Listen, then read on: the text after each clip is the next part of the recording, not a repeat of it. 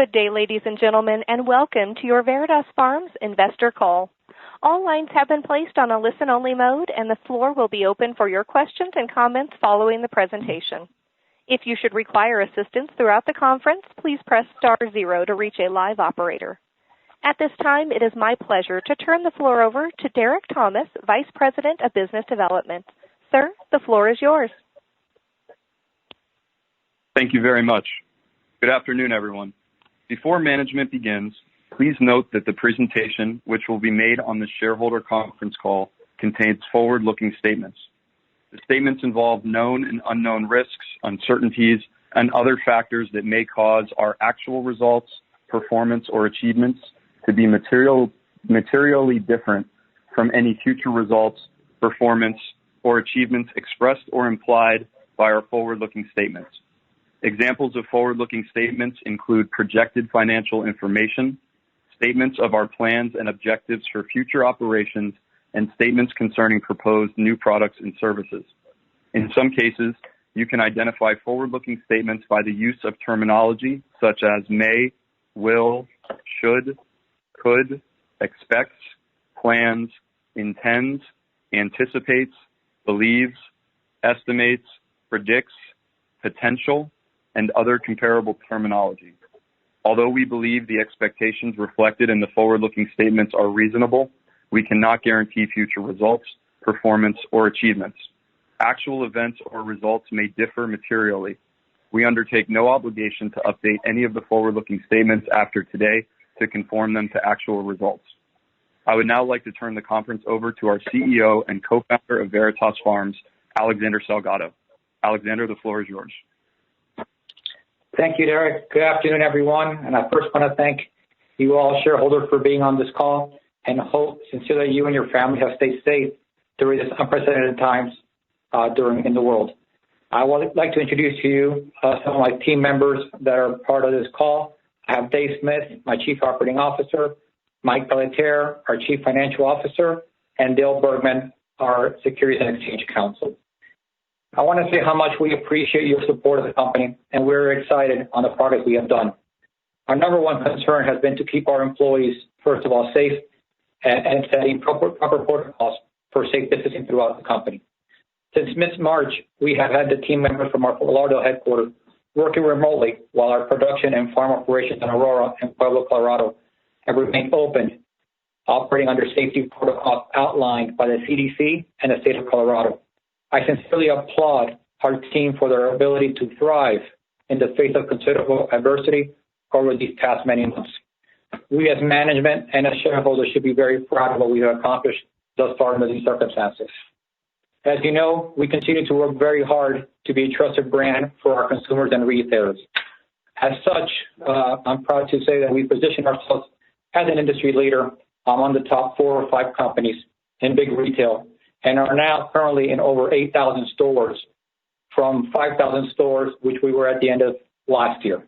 That is 3,000 more stores increase even during these pandemic times. To this end, we announced in Q2 our expanded partnership with a large drug chain, which afforded us access to additional 1,200 retail outlets. In addition, we announced in the Q2 we have secured a 900-store expansion with a major grocery chain in the southeast part of the United States, which, again, very, very proud of. So, in addition, some of the stores that we are currently in are Kroger's, Winn-Dixie, CVS, Wegmans, Weis, Bilo, Bartow Drugs, Super Value, Kinney Drugs, and the list goes on. In addition to our continued retail distribution growth to 8,000 stores, we've continued to rise in IRI data. And are proud to say, based on IRI reports, Veritas Lip Balms is the number 1 top-selling CBD product in mass retail and drug chains in the country.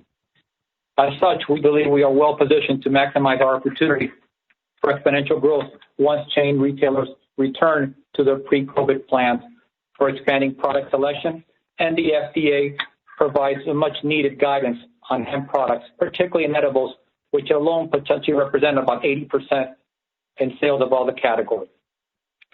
In addition, I'm proud to announce that we signed a major deal with one of the largest spirits and wine distributors in the country. with over $20 billion in revenues and over 200,000 points of sale throughout the United States. They selected us to launch their first CBD program in selected states throughout the country, and we are more than honored and look forward to working with them in the months ahead. This should really reemphasize to all of us as shareholders of the truly incredible team and company we have really built.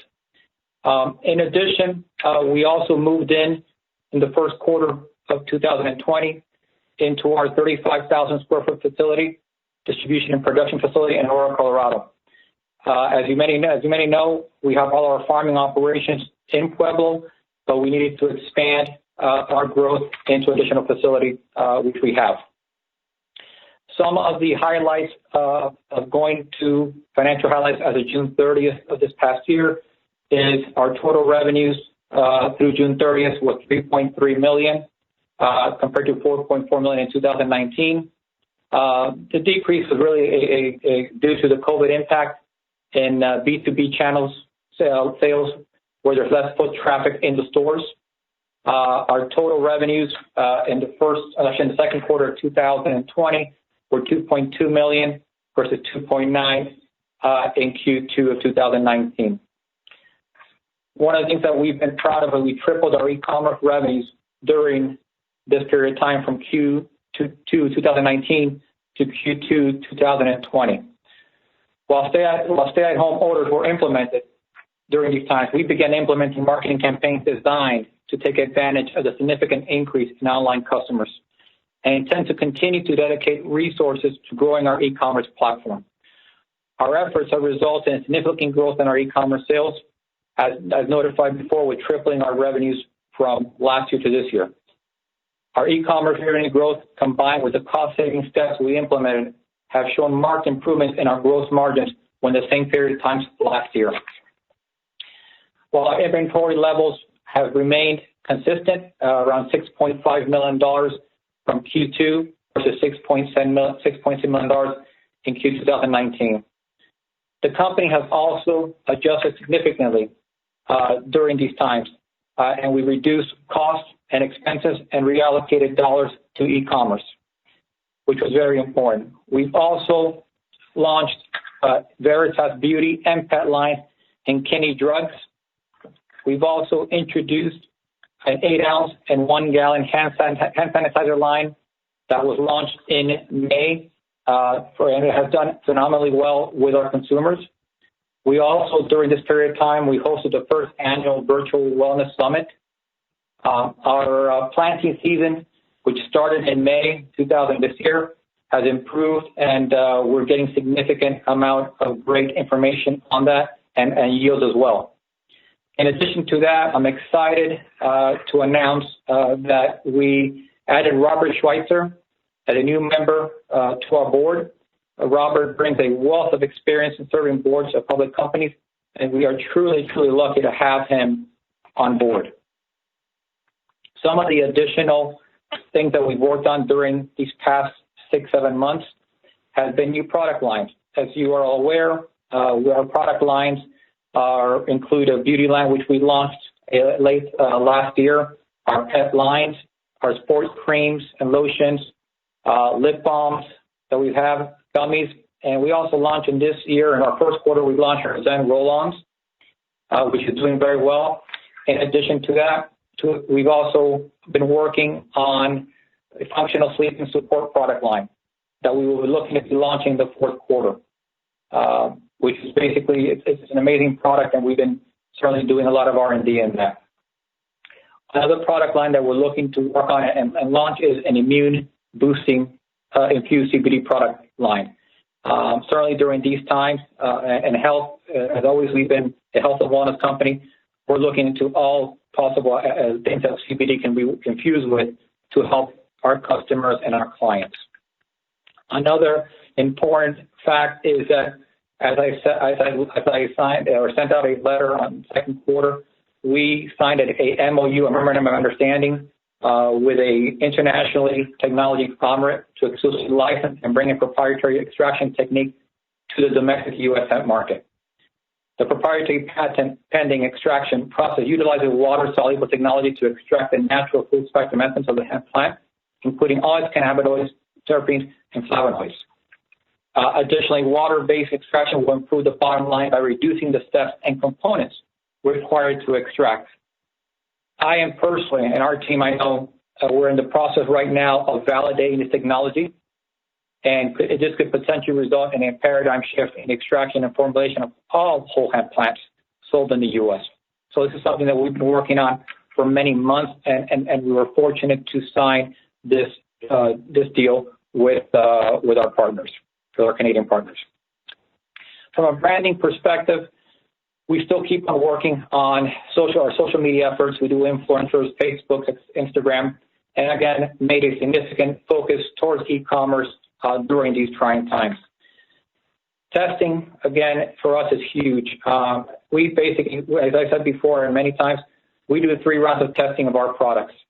We strive to be the trusted brand, and many retailers already see us as that. And that's a huge success for our organization. So we keep increasing influencer programs, our Facebook ads and posts, which you probably all have seen. As you can imagine, e-commerce has significantly increased during COVID, as most retail foot traffic has decreased, and we're continuing to build up that social media presence. On another subject that I would like to bring in, and this was last week, which we heard of and we've been working on, is 2 major developments have happened in the hemp industry. Number one is 2 months ago, the FDA submitted proposals to the OMB, or what's called the Office of Management and Budget, which reports to the executive branch, and we're looking really much hopeful to see what that entails as to legislation coming in from the OMB.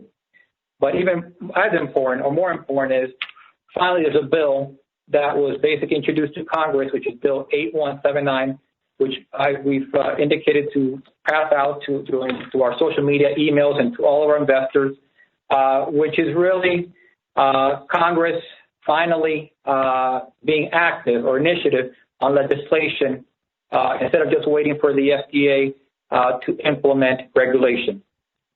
This is a significant step. As you can imagine, we've all been waiting for almost 5 years now. So I ask that all of our investors and all of our friends reach out to what we sent out to your congressmen so they can move forward on passing this bill. It's fair to assume, and I'll tell you that both from a marketing, banking, chain retail, and online sales, the current restrictions, close to the full spectrum hemp oil, probably will open because of all this. So that's a significant piece of legislation that we're looking to move forward and support as we can. One thing I would like to address, and Charlie, and it's a concern and frustration for all of us, is stock prices. Okay. First of all, let me just say that if you all have been following, and I'm sure you all follow cannabis, the whole sector from the past year to this year, in some cases, have been down to 80% in share prices, including all the major players, including us. Okay. There's reasons for this. There's various reasons. Number one is the FDA uncertainty on CBD. Everyone's been waiting on FDA to come out with regulations, which has slowed down retail growth in stores and ingestibles. A challenge, with the FDA regarding the lack of regulatory guidelines is the edibles, the ingestibles.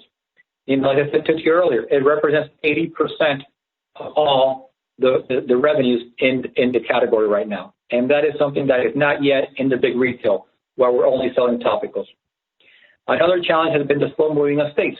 And we see more and more states opening up, but the states are all following what the FDA has, is recommending.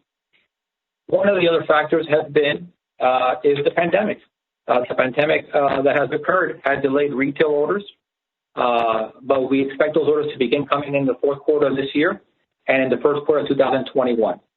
Again, the retail stores have been concentrating on the main necessities of human life during this pandemic. I want to say and be very clear that I understand fully your frustrations, as they are my frustrations as well. As a shareholder, like you all, we have accomplished a lot. And, my dear investors and friends, our industry has been faced with unpredictable challenges. from FDA uncertainties to now the pandemic. But let me just say to you that while hundreds and hundreds of CBD companies have fought for a seat at the table, Veritas Farms has proven itself the brand trusted by retailers time and time again. And again, this is something that we all of us should be very proud. And it's what keeps all of our team working hard every day. We currently are, like I said to you earlier, 8,000 big box drug mass retail chains out of a possible 40,000 total locations which these stores currently have, which clearly affords us with the opportunity for additional distribution in these channels. That means Veritas Farms, your company, is in a strong position to penetrate the remaining 30,000 outlets with edibles as well as topicals in CBD stores once the FDA issues its much anticipated and needed guidance or Congress passes this new hemp bill. We believe still and continue that our company's success is, as I was from our original plan, is to reemphasize the increasing of shelf space in the retailers. We're only one of 4 or 5 companies out there, while giving continued importance to our e-commerce. Ladies and gentlemen, just imagine what we would be today. We're so close and have positioned ourselves to be ready for the exciting future and growth that will be very soon in the later part of this year and in 2021. Again, I appreciate your support. I thank you for your support, and we will continue to work very, very hard for the success of Veritas Farms and the shareholder value.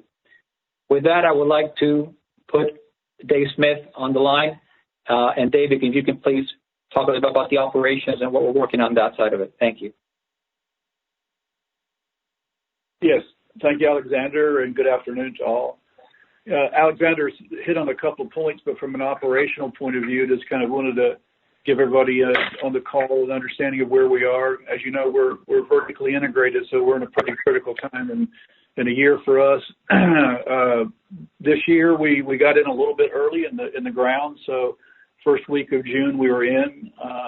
Last year we had an early snow right at the end of harvest, so we've done a couple of things from a technology point of view to improve our predictability of flowering, and it's seeing that to fruition because we're already starting to harvest, and the product that we're taking out of the ground now has a higher CBD content or cannabinoid content than we had last year, but a significant bit. The plants are really healthy, so we're going to be good for inventory.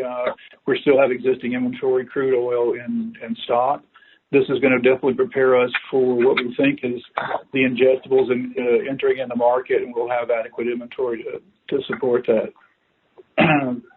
The other thing we have is our charge on the operation side is to bring new products to market, and we bought on a PhD that we did a long search for, and he started the company right before the COVID and the lockdown, but that hasn't stopped us from the new product development programs, as Alex had mentioned. So we're very bullish on new products and how that's going to help us move the company forward.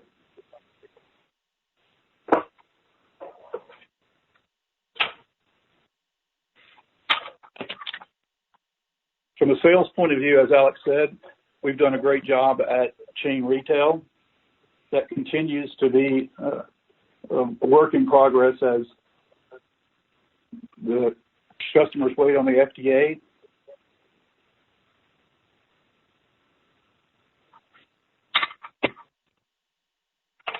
We see a general uptick in the number of stores, and I think that's preparing us to have a very strong close of the year. So this concludes the presentation part, and now we'll open it up for questions. Ladies and gentlemen, the floor is now open for questions. If you do have a question, please press *1 on your telephone keypad at this time. If you're using a speakerphone, we ask that while posing your question, you pick up your handset to provide the best sound quality. Again, ladies and gentlemen, if you do have a question or comment, please press star 1 on your telephone keypad at this time. Please hold a moment while we poll for questions.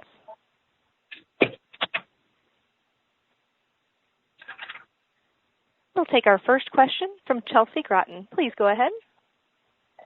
Yes, I had a question specific about the cash flow of the company and how you're managing with your accounts payable. Chelsea, thank you for your call. Everything we file everything from a cash flow perspective on our filings on our second quarter. That's what's public record. And regarding our accounts payable, we keep on working with our vendors and moving forward. But again, all information is public record and it's filed in the second quarter. Thank you. We'll take our next question from Harvey Birdman. Please go ahead. Yeah, hi, Alex. Hi, Dave. You mentioned you mentioned the e-commerce portion, and you talk about we increased sales 300% or whatever number you threw out. The question is, how many dollars is that per quarter? Where did you start in the first quarter, and how did you finish in the second quarter, and are we expanding right now? Sure, very good question, Harvey. And I know Dave here with Mike, if you can please answer that question. That's the exact numbers.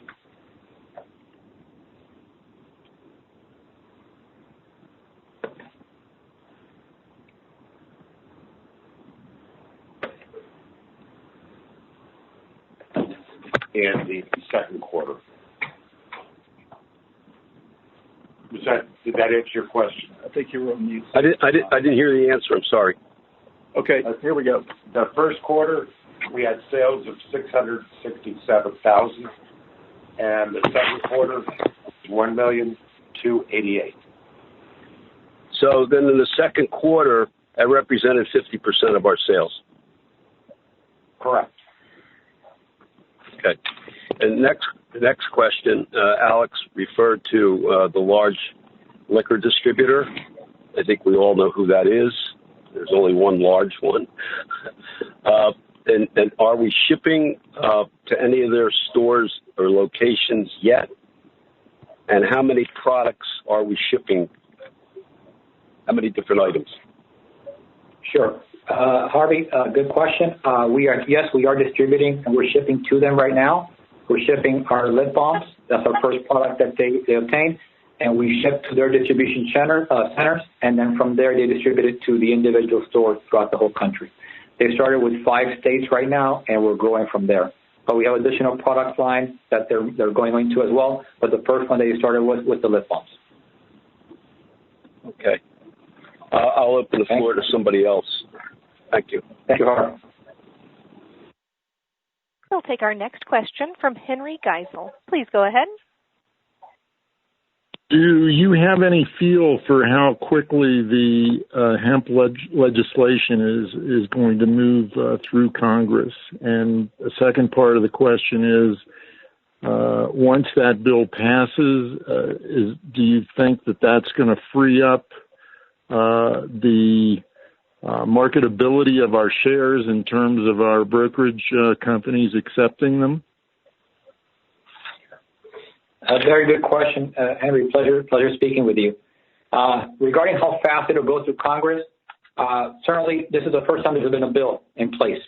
And if you recall, the intent of Congress back in 2018 when they passed the Farm Bill was exactly to, open up the CBD markets.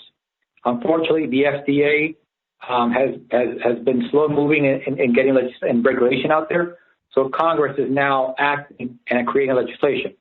And again, this was the intent of Congress in 2018, and that's what the president signed. So we are hopefully expecting to move on this thing very quickly.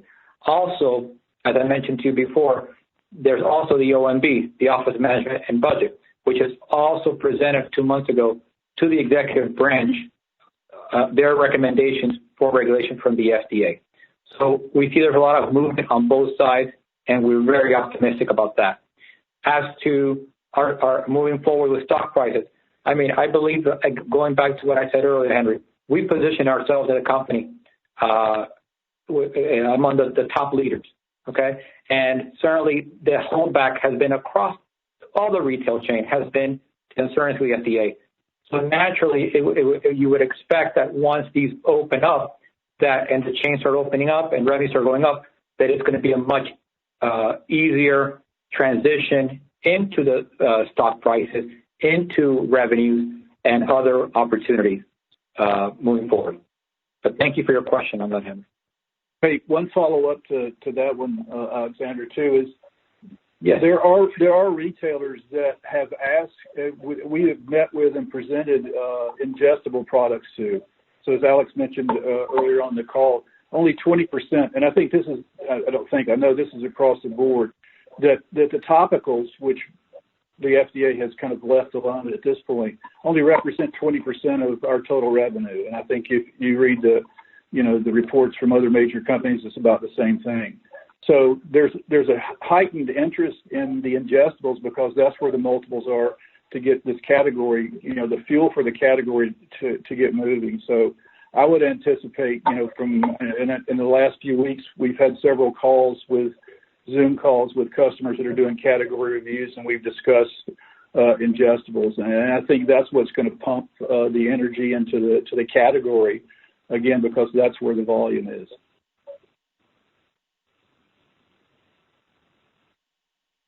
Thank you for your call, Henry. As a reminder, ladies and gentlemen, if you do have a question or comment, you may press star 1 on your telephone keypad at this time. Again, that's star 1 on your telephone keypad to queue up for a question. We'll take our next question from Steve Eberly. Please go ahead. Hi, Alexander. Good to speak with you again, and thank you for this call. I have been watching some of our competitors in this category, and some of them have forged some relationships with some of the essential oils company that then have a different method of distribution. Have we looked into those categories to see if there's any partnerships to be had there? Great question, Stephen. Good talking to you again. Yes, we've been looking into those possible partnerships as we speak. There's 2 companies we're looking into right now in that area. And we're, hopefully soon we'll be able to make some announcements in that. Dave, I know you've been working on that for us. If you want to expand on that, please. Yeah, we've, as far as research and development on new product, I think we're pretty good at that. So we're combining some products. We're coming up with we're going to be launching a functional line because as we look for consumer voids in the marketplace, and particularly with, basically it's been pain and sleep. If you can solve one of those 2 or help somebody with that, if you can help with the pain, they're going to sleep better. But now I think with the pandemic, we're going to add anxiety into that because it's definitely we've heard from our consumers during this, and particularly in a couple of age groups where there's higher anxiety. So we're coming up with a functional line of product that we're working on now internally. We're doing all this development internally. And we see that as a way for us to get into some different channels with a product that's not only going to be made with our hemp product, but also with ingredients that have efficacy within themselves that we can actually use as call-outs on these new products. So that innovation is coming on our side, and we're always, as Alexander said, we're always looking for opportunities for assistance and us to grow, but that's something we're very focused on internally.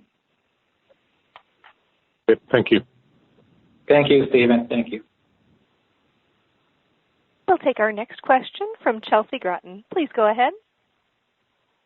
Yes, so you spoke about how you guys were working with vendors to make sure that you were managing your cash flow directly. But as a representative from one of the testing companies, I guess the question is, you say that that's the most important, but as a testing company, we don't feel that it is. Are you going to make improvements in Q3 for that? Well, we work with various testing companies across the country. We work with 4 or 5 different testing companies at top in the nation that have been approved by recognized scientists and leaders. So we work with them. We work with also with other testing facilities that work with our big retailer chains. So we're always looking for improvement and to be able to expand those relationships with our testing partners. Thank you. And we'll go next to Harvey Birdman. Please go ahead.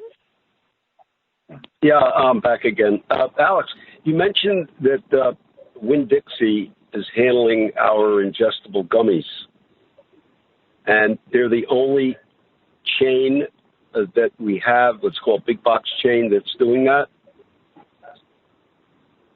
That is correct, Harvey. They're the only big retail chain, grocery chain that has accepted ingestibles, and gummies is one of the products that we have with them. Yeah, as a follow-up, I had spoken with Dave the other day on another matter, and he said something to me when I should have questioned it then, but he said that in the state of Florida, ingestibles is not a problem. Is that what I heard, Dave? Yeah, if you look at the hemp bill that was passed and that came in July 1st of last year, I'm not going to speak on the behalf of Florida why they chose that decision, but they're one of the few states that has declared it a food, and as long as you have a food handler's license, and we have a food manufacturing license, and you get a permit in the state of Florida, that it's safe to sell ingestibles. Yes. So again, as a follow-up, so why can't we sell them other product? Why can't we sell who? Winn-Dixie? Yeah, well, I'm saying because Winn-Dixie apparently is the only client you have that's buying ingestible. Why can't you sell them other ingestible product that we have? Well, we're selling tinctures in Winn-Dixie as well, not just gummies. Oh, I didn't know that. I thought it was only gummies is what I'd heard. No, it's tinctures as well. Yeah, they were very bold and went out, and they waited on. They're actually on the Florida Hemp Council as well, and they waited to get the green light and go forward. The only thing that we had a challenge was on the THC call out with the state of Florida. They since have finished that, but yeah, I think Harvey, it's more over that most of the grocery stores also have a pharmacy, and one of the things that we've heard from customers is there's fear from the federal side that if they were to lose their pharmacy license, then that's something that they don't have they're not going to push that. But Winn-Dixie is, they've done it in 160 stores. So only in how many stores? I think 160, Harvey, because there's they have stores in Louisiana. Right now, Louisiana is one of the most onerous states to get the hemp product in general. Yeah, but I thought they had 500 or 600 stores in Florida.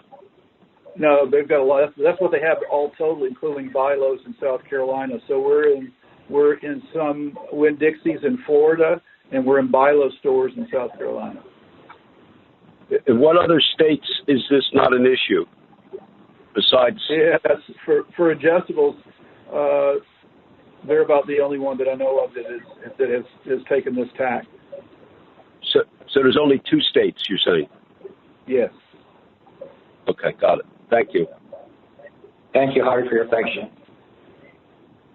But as a follow up to Harvey's, there are Bartell Drugs out in Washington State, which is a smaller regional drug chain.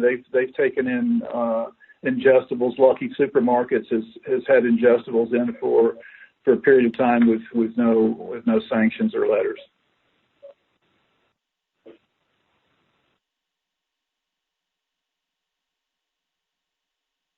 And that concludes our question and answer session for today.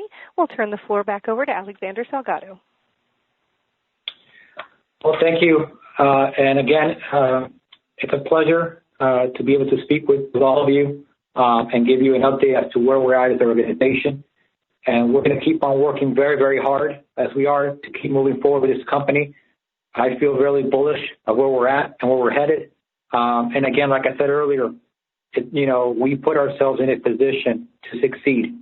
Out of hundreds and hundreds of companies, CBD companies out there who've tried, and we're there, by what we've done, the vertical integration, which is a key component to be able to be transparent and control the whole process. That's a key component to our success. And our team members, I could not be more proud of, and let me say it again, to our team members and to our investors who supported us through everything. And again, we're working very hard. We're going to get to the finish line. We're going to get to our goals. And again, very proud, as everyone should be. Thank you, and have a wonderful day, and please stay safe. Thank you, everyone. Ladies and gentlemen, this does conclude today's teleconference. We thank you for your participation. You may disconnect your lines at this time, and have a great day.